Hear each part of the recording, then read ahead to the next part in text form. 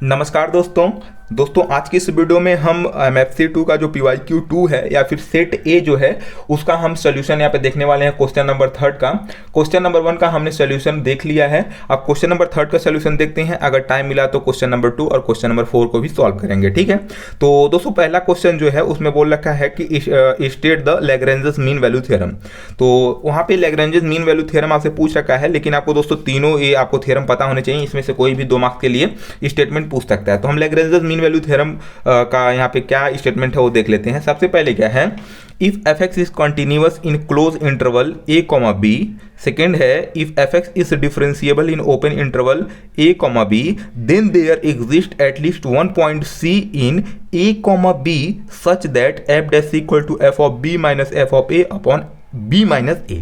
ठीक है, मतलब क्या बोल रहा है, मान लेते हैं कोई आपको एक फंक्शन दे रखा है तो चेक करना है कि वो कॉन्टिन्यूअस है क्या।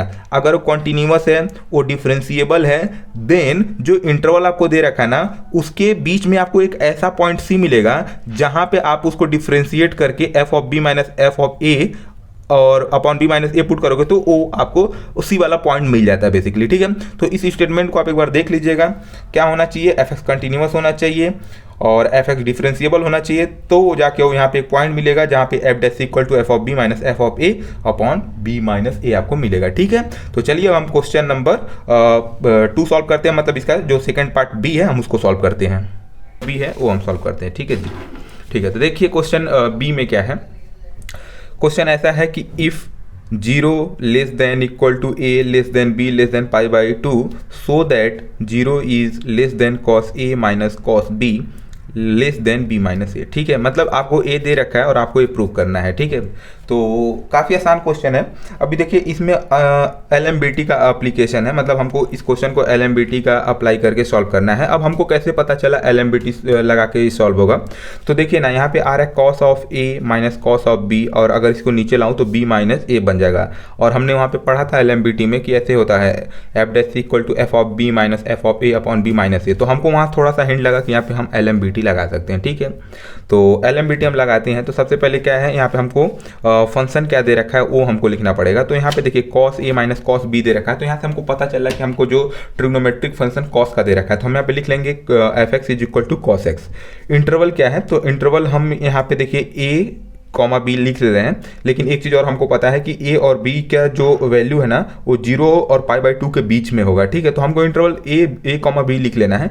क्यों मैं ए कॉमा बी ले रहा हूँ, क्योंकि यहाँ पे देखिए यहाँ पे बी और ए मिल रहा है, और आपको पता है जब LMBT आप लोग अप्लाई करते हैं तो जो वहाँ पे फॉर्मूला होता है F dash equal to F of B minus F of A upon B minus A, तो जो बी माइनस ए होता है ना वो इंटरवल ही रहता है। तो इसकी वजह से हमको वहाँ से पता चला कि हमको ए कॉमा बी लेना है, ठीक है। तो इंटरवल हमको पता चल गया।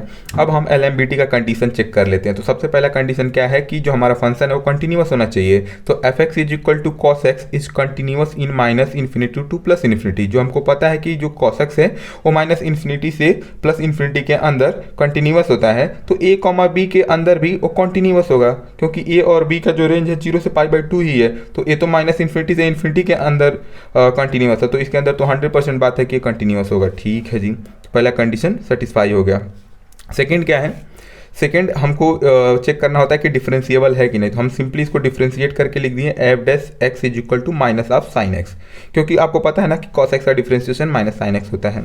फिर हमने लिखा which is defined in minus infinity to plus infinity. जो साइन एक्स है ये माइनस इन्फिनिटी से प्लस इन्फिनिटी के बीच में डिफाइंड है, इसका मतलब जो ए इंटरवल है 0 से पाई बाई 2 इसमें भी डिफाइंड होगा। तो हम लिख सकते हैं कि F X equal to cos X is differentiable in A comma B.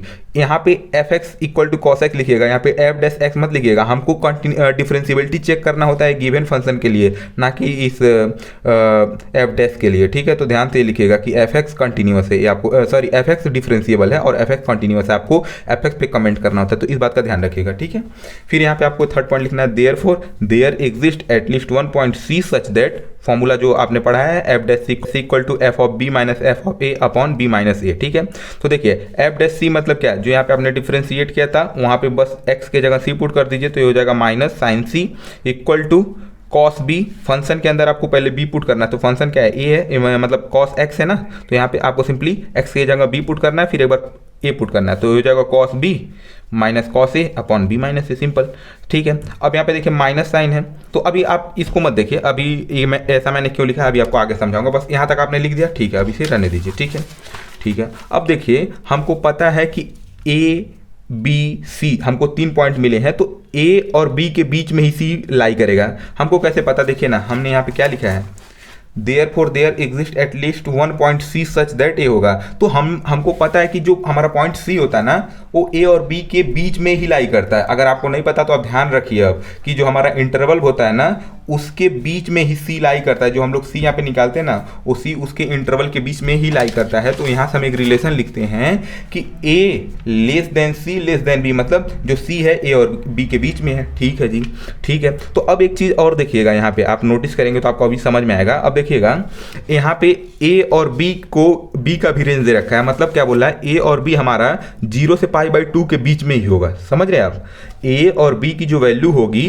वो 0 से π/2 के बीच में ही लाई करेगा। ठीक है, ठीक है। तो अब हमने क्या किया, यहाँ पे जहाँ A और B लिखा था, बस हमने वहाँ पे लिख दिया कि 0 से π/2। मैंने क्यों लिखा आप बताइए, अभी आप बताइएगा कि सही मैं बोल रहा हूँ कि नहीं। देखिए हमको पता है A और B 0 से π/2 के बीच में लाई कर रहे हैं, और हमको A भी पता है कि A और B के बीच में C लाई करता है। तो हम ऐसा बोल सकता हूँ क्या कि जो C लाई करेगा वो 0 से π/2 के बीच में लाई करेगा। सही बात है ना, सही बात है। तो बस हमने A लिख दिया।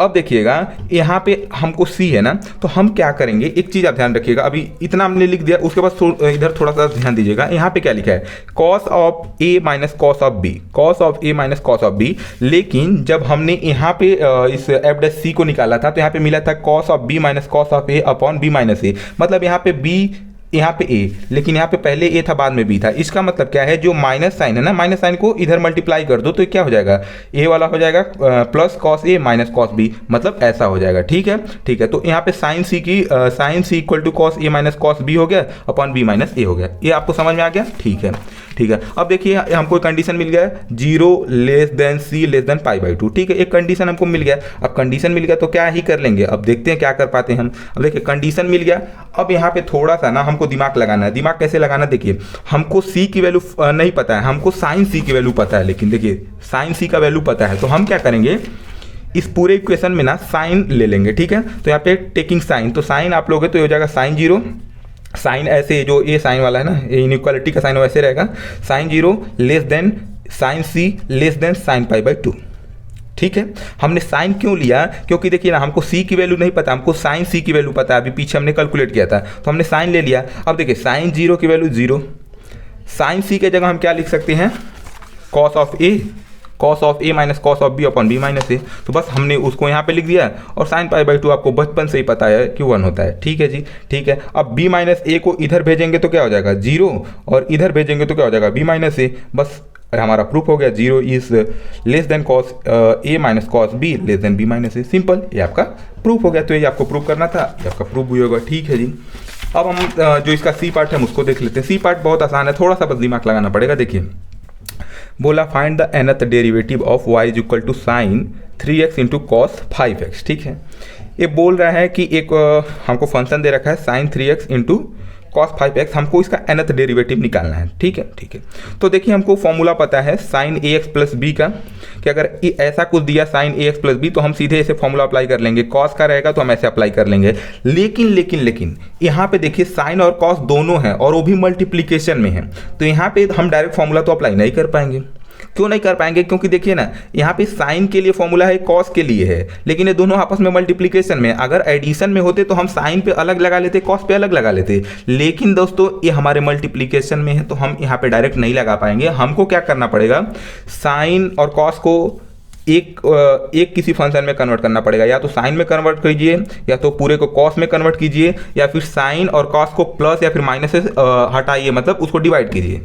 कहने का मतलब क्या है, उसको सेपरेट करिए। हाँ, साइन प्लस कॉस एक्स या फिर साइन माइनस कॉस एक्स, ऐसा कुछ कीजिए तब आप अप्लाई कर पाएंगे। ठीक है, तो यहाँ पे एक फॉर्मूला हमारे दिमाग में आया। देखिए यहाँ पे साइन ए कॉस बी, ऐसे समझिए साइन ए कॉस बी, यहाँ पे मैंने लिख रखा है कि sign A cos B type हमको दिखा, तो हमारे दिमाग में एक फॉर्मूला क्लिक किया। हमको पता है कि 2 sine A cos B equal to sine A plus B plus sine A minus B, हम लगा सकते हैं। हम क्यों ऐसा सोचे कि हम इसको अप्लाई कर सकते हैं, क्योंकि देखिए ना अगर हम इस फॉर्मूला को लगा देंगे तो पूरा टर्म हमारा साइन में चला जाएगा, और यहाँ पे बीच में प्लस आ जाएगा तो हम एक बार इस पे फॉर्मूला लगा लेंगे, एक बार इस पे फॉर्मूला लगा लेंगे तो हमारा काम बन जाएगा।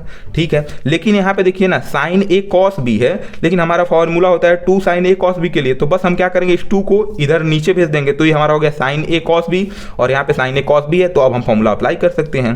यहाँ पे देखिएगा a की वैल्यू है 3x और b की वैल्यू है 5x, सिंपल सी बात है, यही तो है। ठीक है, बस अब फॉर्मूला को अप्लाई कर दीजिए। तो फॉर्मूला अप्लाई करेंगे तो क्या हो जाएगा, देखिएगा y is equal to sine A plus B, मतलब दोनों को जोड़ दीजिए तो 8x हो गया, फिर प्लस यहाँ पे प्लस है ना फॉर्मूले में तो प्लस लगाइए, फिर साइन ए माइनस बी तो 3 माइनस 5x क्या हो जाएगा माइनस का 2x, और यहाँ पे डिनोमिनेटर में 2 था तो 2 लिखा।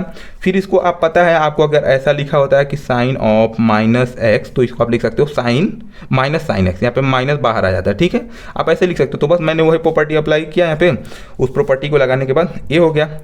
ठीक है, अब देखिए यहाँ पे 1/2 था तो 1/2 को ऐसे आगे ले लिया, फिर इसको लिखा sign 8x minus sign 2x।